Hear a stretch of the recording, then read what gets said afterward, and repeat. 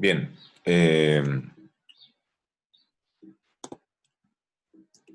vamos a seguir con el capítulo soluciones en lo que confiere a propiedades coligativas, ¿ya? La presencia de algunas partículas de soluto podría hacer que las propiedades físicas de una solución sean diferentes a aquellas del disolvente puro, ¿ya? Y bueno, soluciones diluidas de solutos que no se disocian en iones, ¿ya?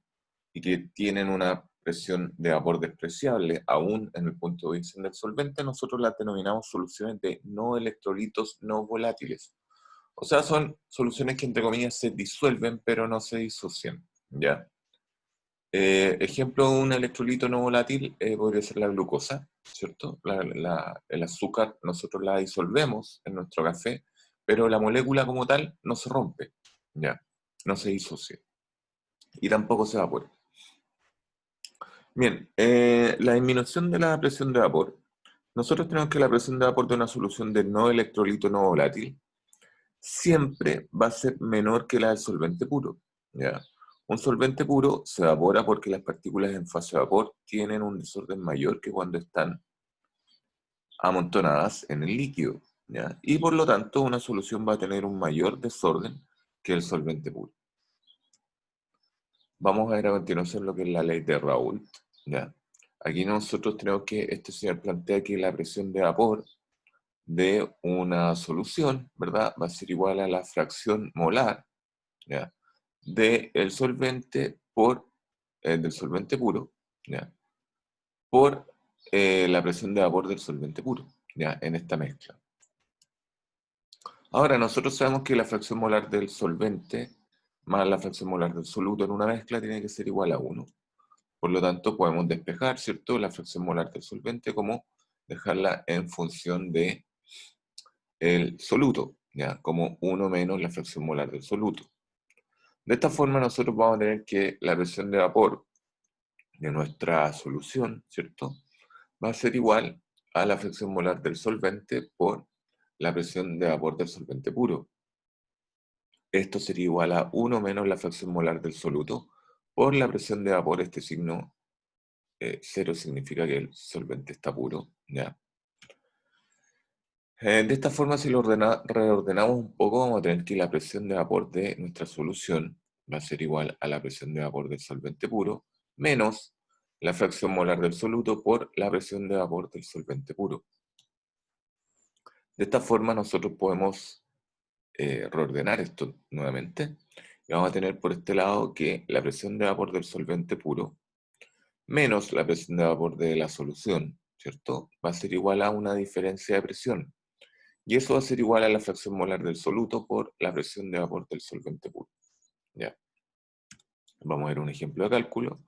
Nos dice calcula la disminución de la presión de vapor cuando 10 mililitros de glicerol nos dan la densidad y la masa molar. Se adicionan a 500 ml de agua, nos dan la masa molar y la densidad. Y nos dan la presión de vapor del solvente puro. ¿Ya? En este caso no es necesario hacer conversiones, lo único que nosotros necesitamos es sacar la cantidad de moles, ¿cierto?, para poder sacar las fracciones molares, en este caso el soluto. El que se encuentra en una menor proporción corresponde al glicerol, ¿ya? Por lo tanto vamos a sacar la fracción molar del glicerol, ¿ya? Tenemos entonces que hay 10 ml de glicerol. Les voy a compartir la pizarra.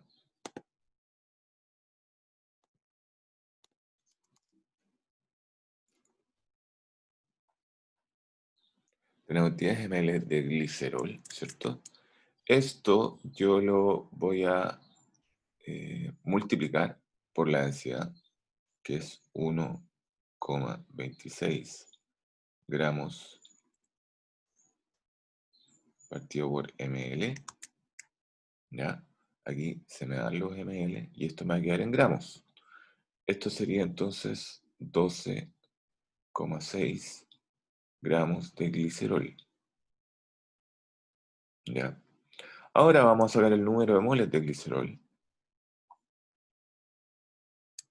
Y esto va a corresponder entonces a 12,6 gramos partido por la masa molar del glicerol, que nos dicen que es 92,09 gramos por mol.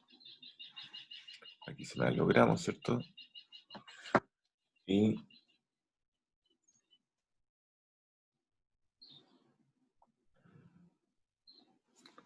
tenemos 12,6 dividido en 92,09. Eso nos da 0,137 moles de glicerol. ¿Ya? Ahora hacemos exactamente lo mismo con el agua para sacar los moles totales. En el caso del agua me dicen que tenemos 500 mililitros de agua a 50 grados Celsius. Así que estos 500 mililitros de agua, nuevamente yo lo puedo multiplicar por su densidad, que es 0,988 gramos por ml. Y se van los ml, ¿cierto? 500 por 0,988. Nos da 494 gramos de agua, ¿ya? Ahora el número de moles de agua, ¿cierto? Va a corresponder a 494 gramos partido por la masa molar del agua, que en este caso nos dicen que es 18,02 gramos por mol.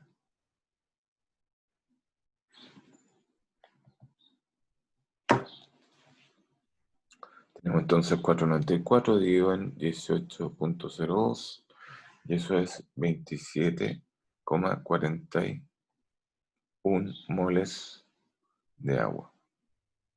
¿Ya? Ahora, estos moles tenemos que sumarlos a los moles de glicerol. ¿Ya? Y con eso vamos a sacar los moles totales.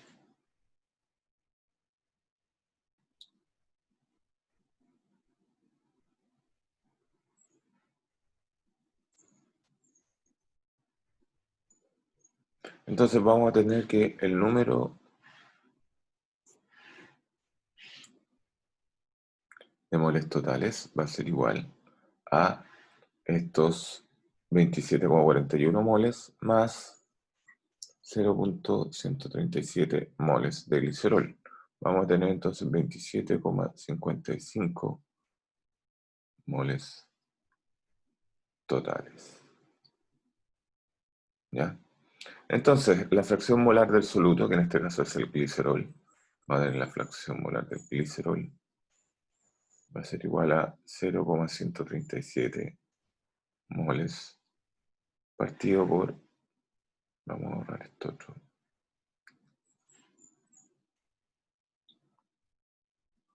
partido por 27,55 moles. Y se me dan esto, ¿verdad?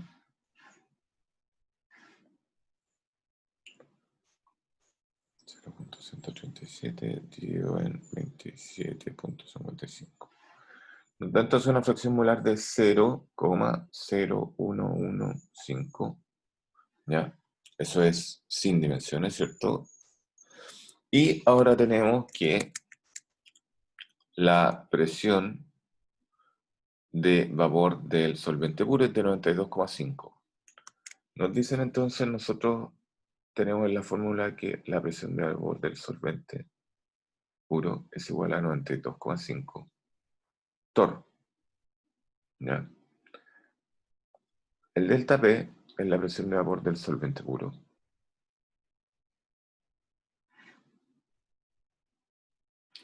Menos la presión de vapor de la solución. Y eso es igual a 0,115, que es la fracción molar del soluto,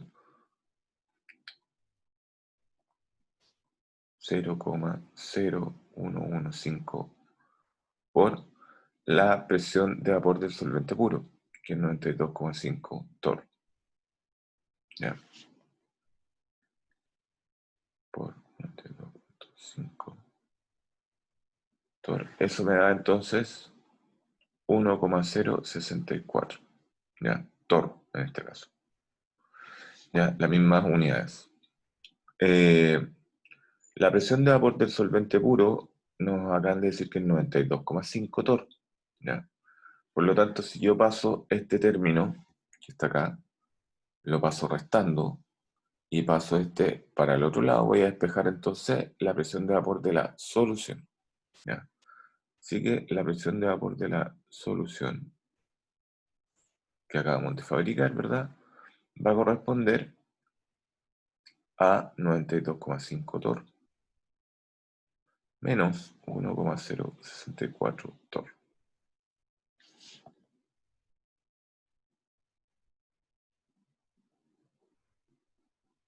Y eso corresponde a 91,4 torr. ¿Ya? Esa vendría siendo la presión de vapor de la solución. Que según lo que nosotros hemos estado viendo, ¿verdad? Es menor a la presión de vapor de nuestro solvente puro. ¿Ya? Este valor que está acá, ¿cierto? Es un poco menor que la presión de vapor de nuestro solvente puro. ¿Ya? Bien.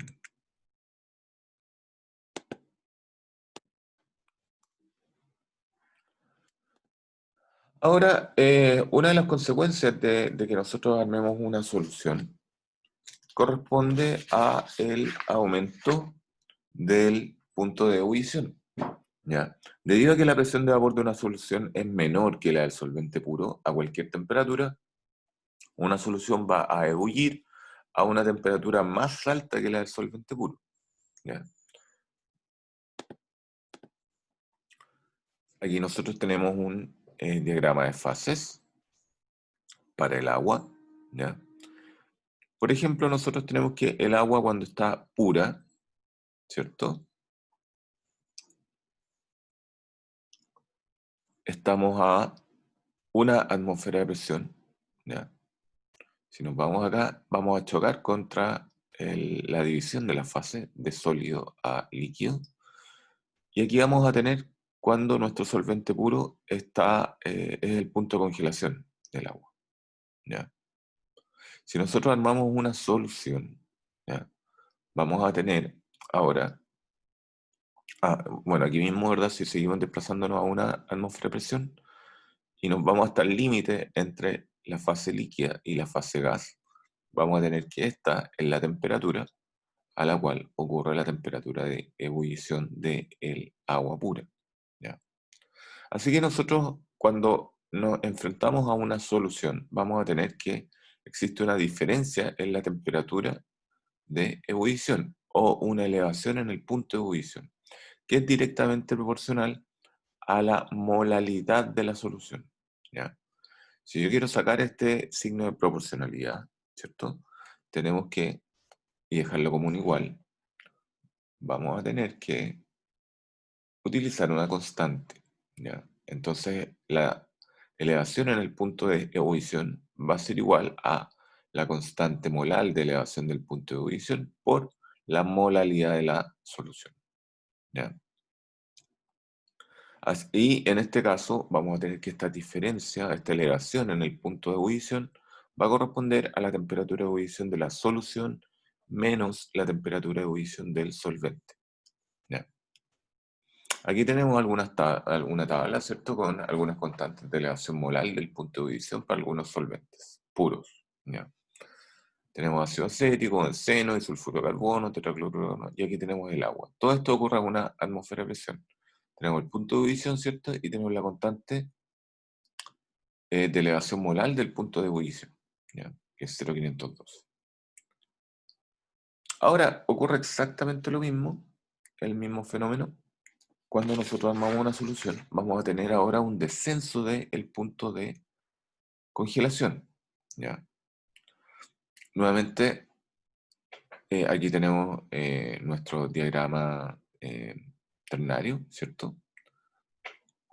Vamos a ver ahora que a una presión de una atmósfera, ¿cierto? Si yo me desplazo, ¿verdad? Horizontalmente, vamos a tener que, al chocar con este límite entre el sólido y el líquido, vamos a tener entonces la temperatura de congelación del solvente puro, en este caso del agua. ¿Ya? Cuando nosotros tenemos una solución, este límite se corre, ¿ya? Por lo tanto, vamos a tener una menor temperatura de congelación. Entonces, vamos a tener que en muchos casos solo las moléculas del solvente se pueden solidificar. El punto de congelación de una solución es la temperatura a la cual su presión de vapor va a ser igual a la del solvente puro. Y la presión de vapor de la solución va a ser siempre más baja que la del solvente a cualquier temperatura, ¿ya? Aquí nosotros tenemos entonces el descenso en el punto de congelación va a ser directamente proporcional nuevamente a la concentración molar, ¿ya? A la molalidad de la solución. Si queremos sacar este símbolo de proporcionalidad y dejarlo como un igual, vamos a tener que este descenso en el punto de congelación va a ser igual a una constante, que es la constante molar de descenso del punto de congelación, por la molalidad de la solución. Y este descenso en el punto de congelación va a corresponder a la temperatura de congelación del solvente menos la temperatura de congelación de la solución, ¿ya? Aquí nuevamente tenemos una tabla, ¿cierto? Ahora con las constantes de depresión molar del punto de congelación para algunos solventes. Aquí nuevamente tenemos para el agua, que es 1,86, y aquí está su punto de fusión, que son 0 grados Celsius. Vamos a ver un ejemplo de cálculo. Nos dice se adiciona 1 kilogramo de anticongelante, que es etilenglicol, que es el C2H6O2, al radiador de su auto, que contiene 4.450 gramos de agua. ¿Cuáles son los puntos de ebullición y de congelación de la solución? Ya, vamos a trabajar con la pizarra. ¿Ya? Lo primero que nosotros vamos a tener que sacar entonces es la molalidad de la solución, ¿ya?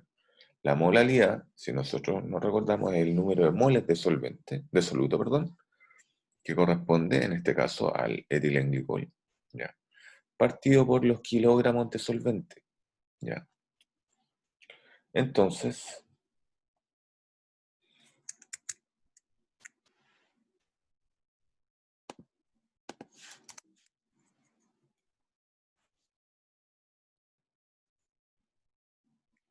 nosotros tenemos 1 kilogramo que corresponde a 1000 gramos de etilenglicol, ¿ya? El número de moles de eso, el número de moles de etilenglicol,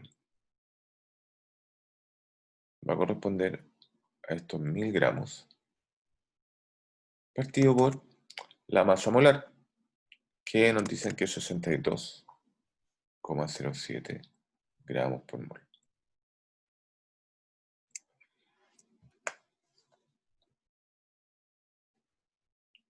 1000, entonces dividido en 62,07 nos da 16,11 moles de soluto, que es el etilenglicol, ¿ya?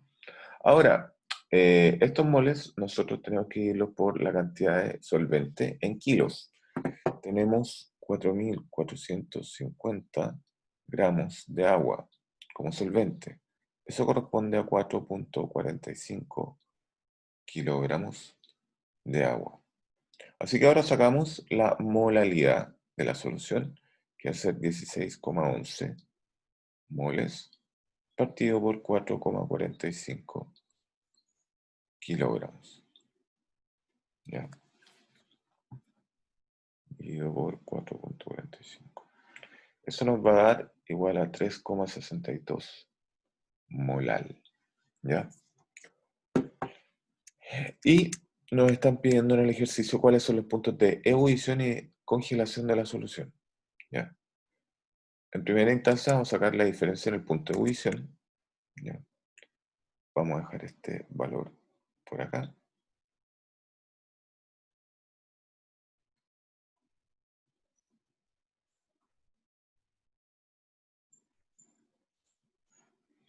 Tenemos entonces que la diferencia en la temperatura de ebullición va a ser igual a la constante por la molalidad, ¿ya? Y según lo que nosotros habíamos visto, esto sería la temperatura de ebullición de la solución menos la temperatura de ebullición de nuestro solvente. El solvente puro es agua, por lo tanto serían 100 grados Celsius. Y eso va a ser igual a la constante de elevación molar del punto de ebullición para el agua, que es 0,512. Esto lo sacamos de la tabla. ¿Ya? 0,512 grados Celsius partido por molar, por la concentración molar que es 3,62 molar. Aquí se me dan esas concentraciones, ¿cierto? Y vamos a tener entonces que la temperatura de ebullición de la solución va a ser igual a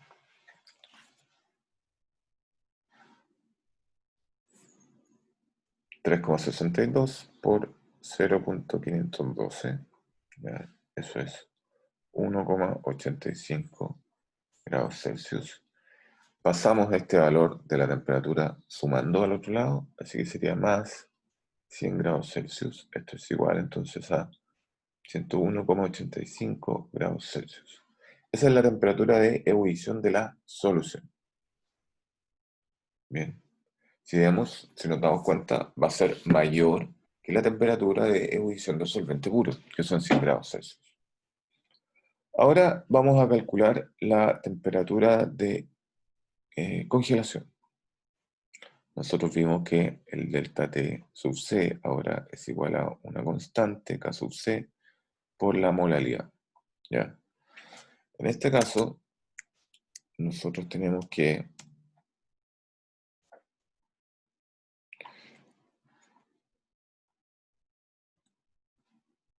esta es la temperatura de congelación del solvente puro.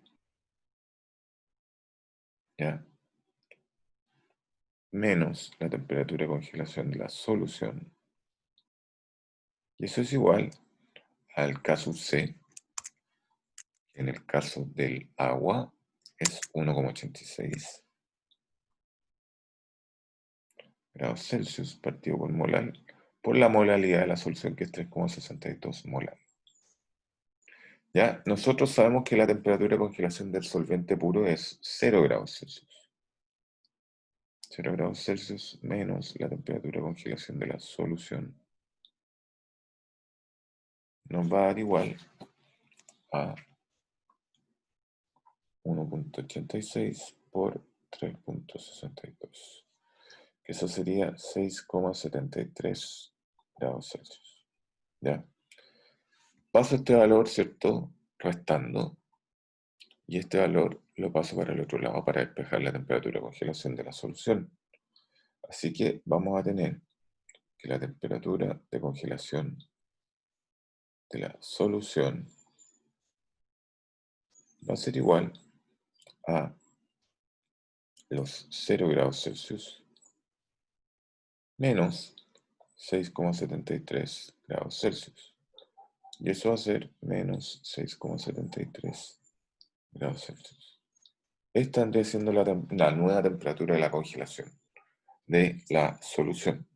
Así que, como vemos en este caso, nuestra solución de anticongelante va a ser al mismo tiempo un buen anticongelante porque va a permitir que el líquido que está en el radiador, ¿verdad?, no se congele cuando estamos en un invierno. Temperaturas relativamente bajas, ¿cierto? Y por otra parte nos sirve también a la vez para refrigerar el motor a través, porque el punto de ebullición de esa solución es más alto que el punto de ebullición del solvente puro. Y a la vez el punto de congelación también es más bajo que el punto de congelación del solvente puro. Bien, volvemos al PowerPoint. Entonces, ahora vamos a hablar un poco de lo que es la presión osmótica. ¿Ya? El proceso de osmosis ocurre cuando nosotros tenemos dos soluciones de distinta concentración que están separadas por una membrana semipermeable, que permite el paso del solvente, pero no del soluto. ¿Ya? Aquí nosotros tenemos este sistema, ¿cierto? Donde tenemos solvente puro a un lado y al otro lado tenemos solución. Y aquí al lado tenemos una membrana semipermeable, solamente permeable a el paso del solvente, ¿ya?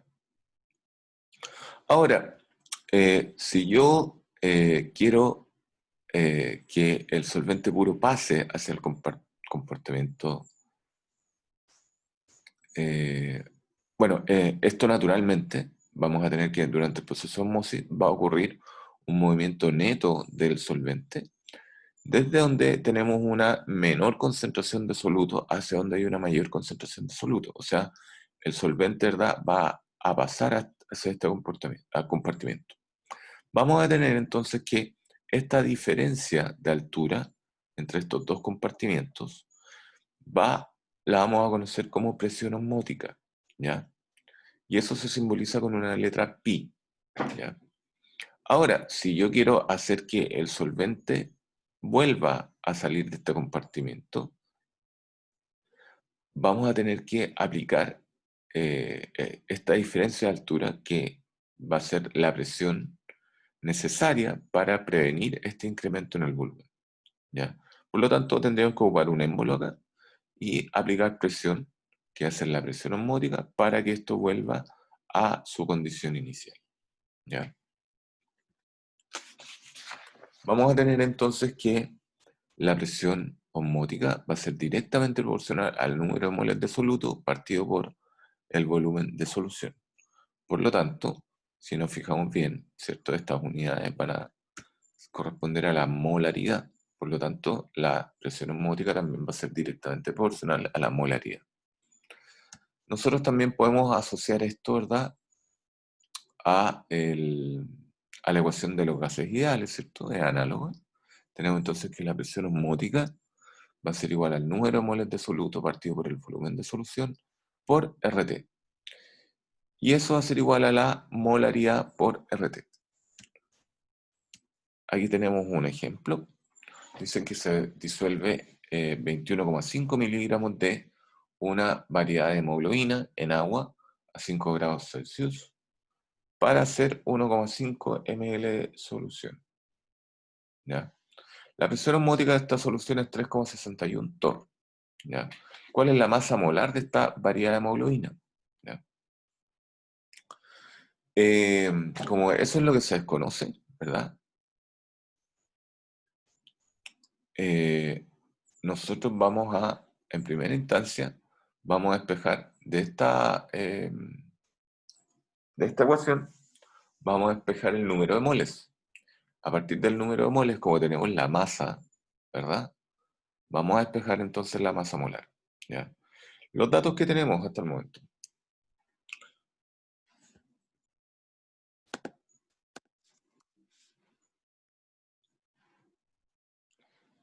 Tenemos que la temperatura son 5 grados Celsius, a esto le sumamos 273,15, por lo tanto serían 278,15 Kelvin, ¿ya? El volumen, ¿cierto?, es de 1,5 ml, ¿cierto? Yo sé que un litro, ¿verdad?, corresponde a 1000 ml. Por lo tanto, 1,5 dividido en 1000 va a ser igual a 0,0015 litros, ¿ya? Y la presión osmótica va a ser igual a 3,61 torr. Nosotros sabemos, ¿cierto?, que una atmósfera corresponde a 760 torr. Por lo tanto, aquí se me van estos. Y vamos a tener entonces 3,61 dividido en 760. Esto es igual a 4,75 por 10 a la 1, 2, 3, menos 3 atmósferas, ¿ya? Ahora entonces, de la ecuación anterior, nosotros vamos a despejar el número de moles, ¿ya? Tenemos entonces que la presión osmótica por el volumen partido por RT va a corresponder al número de moles de soluto. ¿Ya? Y eso va a ser igual a 4,75 por 10 a la menos 3 atmósferas. El volumen dijimos que era 0,0015 litros. R, nosotros sabemos que es 0,082 atmósferas por litro partido por mol por Kelvin. Y la temperatura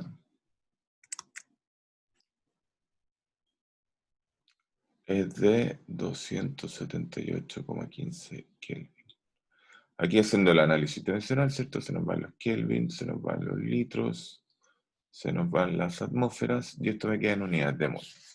¿Ya? Vamos a tener entonces 4,75 por 10 a la menos 3 por 0,0015, ¿ya? Dividido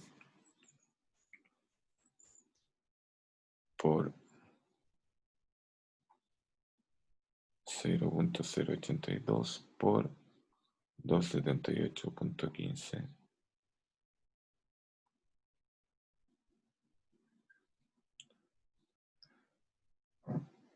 Y esto entonces nos va a quedar, y el número de moles va a ser igual a 3,12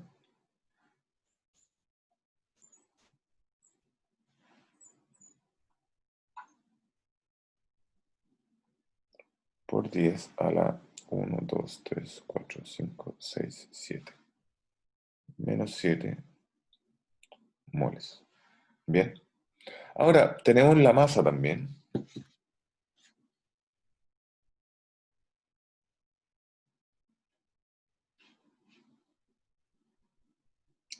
Nosotros tenemos que la masa que se ocupa en este experimento son 21,5 miligramos.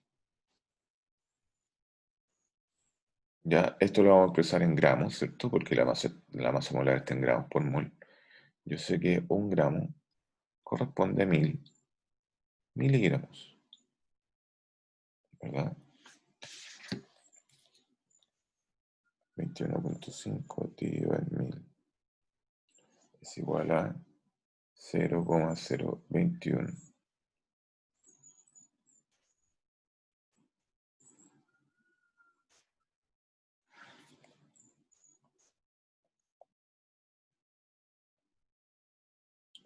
0,0215 gramos, entonces. ¿Ya?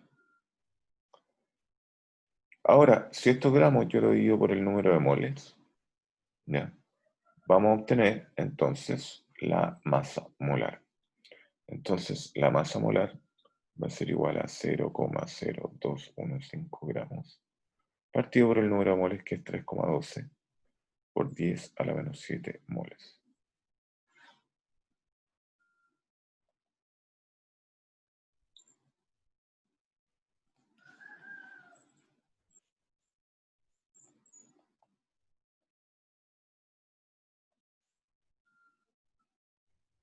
Vamos a tener entonces que eso tiene una masa molar de 68.910,26 gramos partido por mol.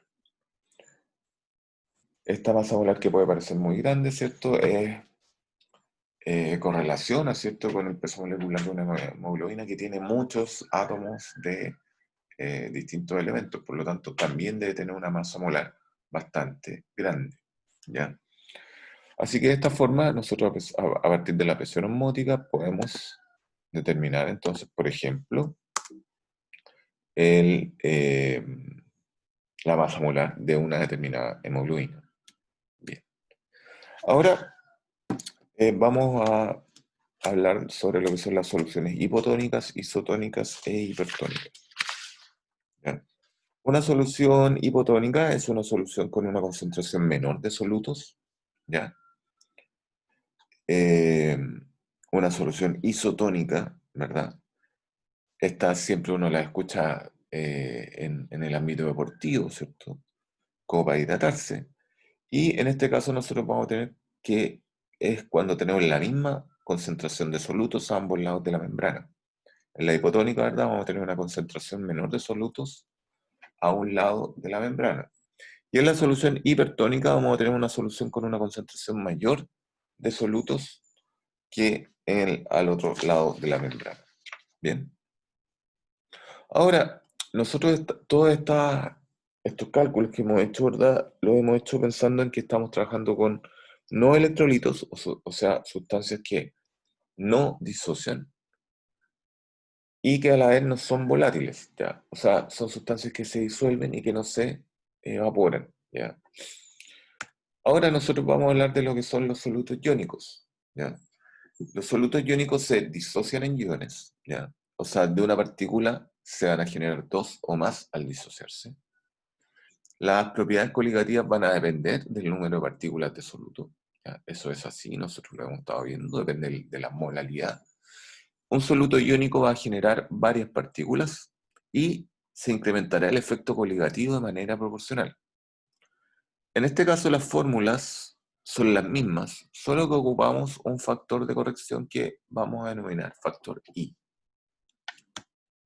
Entonces, este factor de corrección de Van Hoff, que es el factor I, corresponde a 1 más el grado de ionización del soluto, que nos va a indicar la cantidad de soluto que se disoció, por el número total de iones liberados en la ionización de un compuesto menos 1. ¿Ya?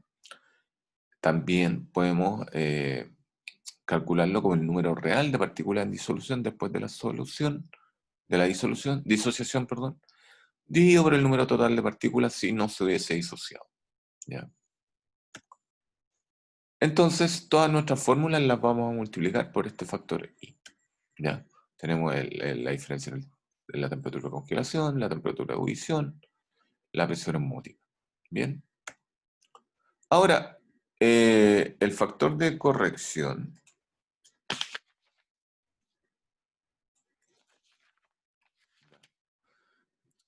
Aquí tenemos una tabla con factores de Van Hoff de disolución de 0,05 molar de electrolito a 25 grados Celsius. ¿Ya? La sacarosa, por ejemplo, es un no electrolito, ¿ya? Y se incluye aquí con fines comparativos. Tenemos el factor de Van Hoff medido y el factor de Van Hoff calculado, ¿ya? Tenemos que es 1. ¿Por qué? Porque esta sacarosa no se disuelve, pero no se disocia, o sea, no genera más partículas. Vamos a tener, por otra parte, el caso del HCl, el cloruro de hidrógeno o ácido clorhídrico, que al disociarse, al nosotros colocarlo en agua, se va a disociar en dos partículas. Va a ser por una parte vamos a tener H+, y por otra parte vamos a tener Cl-. En el caso del cloruro de sodio ocurre exactamente lo mismo, ¿ya? Vamos a tener, por una parte, que esto se disocia en sodio más, y por otra parte en cloro menos. En el caso del sulfato de magnesio, vamos a tener que esto también disocia en dos partículas, magnesio más 2 y SO4 2 menos. En el caso del cloruro de magnesio, ¿verdad? Vamos a tener que esto disocia ahora en tres partículas, dos cloruros, dos Cl menos y un magnesio más. El caso del cloruro de hierro, ¿cierto? Vamos a tener que disociar en cuatro partículas, tres cloro menos y un hierro más 3. Aquí tenemos el factor de Van Hoff medido y aquí tenemos el factor de Van Hoff calculado. La forma más simple de calcular esto, ¿verdad? Es viendo en la reacción cuántos iones se forman. En el caso de la sacarosa no se va a formar ningún ion, por lo tanto es 1. Hay solo una partícula. En el caso del HCl se van a formar dos iones.